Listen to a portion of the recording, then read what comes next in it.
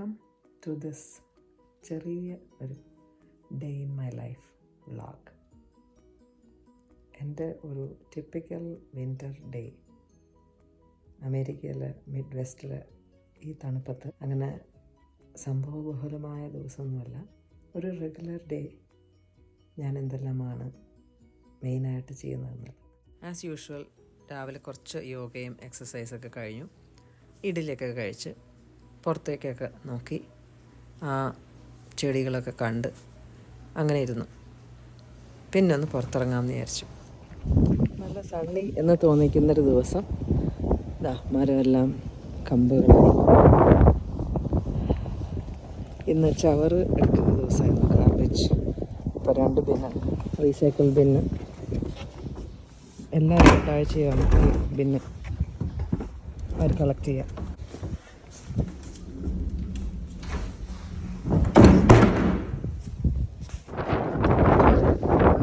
കാറ്റാണ്, നമ്മുടെ കൈയൊക്കെ മരവിക്കണം. ഗ്ലൗസ് ഇല്ലാത്തതുകൊണ്ട്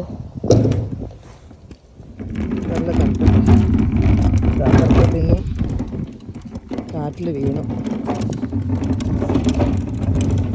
ഗാർബേജിൻ്റെ പിന്നെ എല്ലാ ആഴ്ചയും സെയിം ദിവസം വരും. ഹോളിഡേ ഉള്ള വീക്കാണെങ്കിൽ ഒരു ദിവസം പോസ്റ്റ്പോൺ ആവും. ഇപ്പോൾ മൺഡേ ആണ് കളക്ട് ചെയ്യുന്നതെങ്കിൽ ട്യൂസ്ഡേ കളക്ട് ചെയ്യും. നടക്കാൻ പോകാമെന്നായിരുന്നു ആദ്യം പ്ലാൻ, വേറൊരു പാർക്കിൽ പോയിട്ട്. പക്ഷെ പുറത്തിറങ്ങിയപ്പോൾ മനസ്സിലായി കിടുങ്ങിപ്പോയി. അതുകൊണ്ട് ഇവിടെ തന്നെ ഒന്ന് തമ്മിൽ കുറച്ച് ഭേദം വെതറായിരുന്നു 2-3 ദിവസം.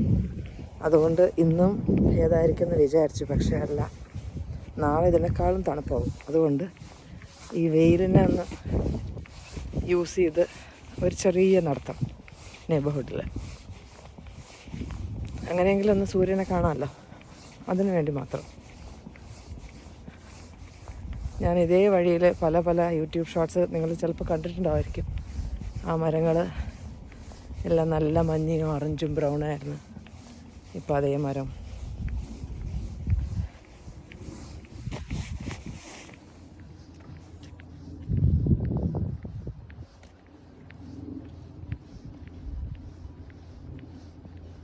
മുകളിൽ കൂടെ ജെറ്റോ എന്തോ പോകുന്നുണ്ട്, അതിൻ്റെ ശബ്ദം കേൾക്കാം.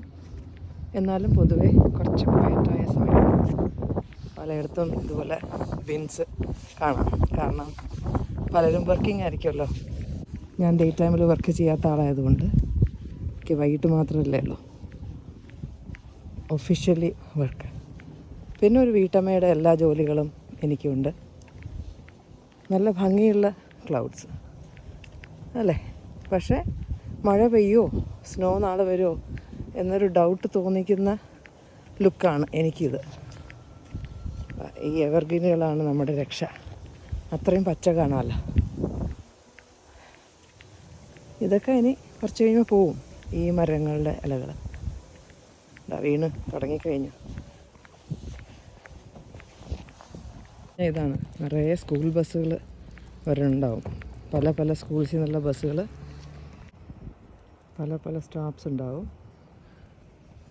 അത് ഒരു സ്കൂൾ ഇയർ തുടങ്ങുമ്പോൾ അവർക്കറിയാം എവിടെയൊക്കെയാണ് സ്റ്റോപ്സ്. അങ്ങനെ അത് അസൈൻഡ് ആയിരിക്കും. ആ സ്ഥലത്തിൽ പോയി നമ്മൾ കയറണം, അവിടെ തന്നെ പോയി കയറണം. അങ്ങനെയാണ് റൂള്.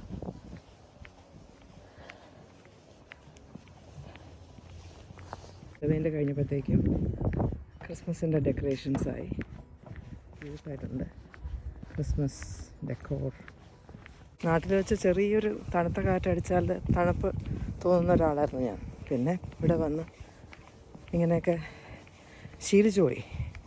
നിവൃത്തികേട് കൊണ്ട് ശീലിച്ചു പോയി തണുപ്പ്. എന്നാലും തണുപ്പില്ലെങ്കിൽ അത്രയും സന്തോഷം. തണുപ്പുണ്ടെങ്കിൽ, ഇത്രയും വെയിലുണ്ടെങ്കിൽ അത്രയും സന്തോഷം. അങ്ങനെ നമ്മുടെ മനസ്സിനെ പാകപ്പെടുത്തി എന്ന് തന്നെ പറയാം. നമ്മൾ പണ്ടൊക്കെ ഈ സായിപ്പ് അവരൊക്കെ പറയുമ്പോൾ സണ്ണി ഡേ എന്നൊക്കെ പറയുമ്പോൾ നമുക്ക് തന്നെ ഇത്രയ്ക്ക് പറയാൻ എന്തായിരിക്കുന്നു എന്ന് തോന്നും. പക്ഷേ ഇവിടെ വരുമ്പോഴല്ലേ അതിൻ്റെ വില മനസ്സിലാവുന്നു. നമ്മുടെ നാട്ടിൽ അത്രയും അതിനുള്ള ഒരു ഇമ്പോർട്ടൻസ് ഇല്ലല്ലോ. നമ്മുടെ ഇവിടെ മാക്സിമം മഴ പെയ്യും. പക്ഷേ ഈ തണുപ്പ് എൻ്റെ കൈ ശരിക്കും ഇപ്പോൾ മരവിച്ചിരിക്കുക. അപ്പോൾ ഇനിയും തണുപ്പ് കൂടും. അപ്പോൾ ഇതല്ല എൻ്റെ മാക്സിമം. എന്നാലും ഇങ്ങനെയാണ് ലൈഫ്. അത് കഴിഞ്ഞ് സ്പ്രിങ് വരുമ്പോൾ അത്രയും സന്തോഷം. ഇത്രയും മാസം കടന്ന് പോയല്ലോ.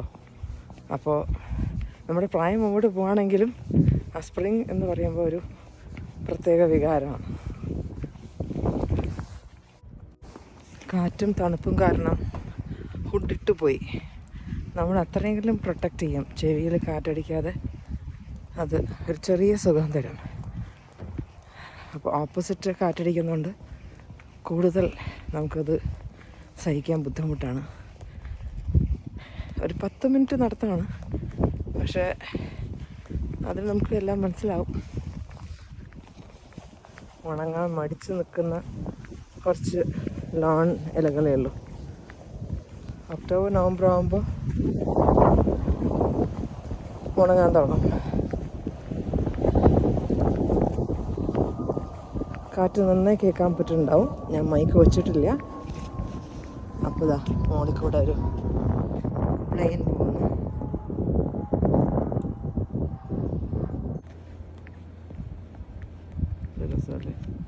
കേൾക്കാമോ ശബ്ദം? കരിയിലയുടെ ശബ്ദം.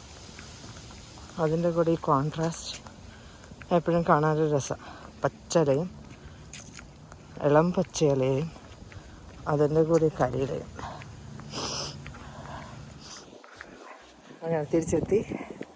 ചെറുത് വരാൻ തുടങ്ങി. തണുത്തിട്ട് എന്നാലും ഒരു ഫ്രഷനപ്പ് ചെയ്യാൻ പറയില്ലേ, അങ്ങനത്തെ ഒരു നടത്തമാണ്. തണുത്ത് കോച്ചിട്ടാണെങ്കിലും. ഇനി വൈകിട്ട് എനിക്ക് ഡാൻസ് ക്ലാസ് ഉണ്ട്. അതിനു മുമ്പ് ചെറിയ കുക്കിംഗ്.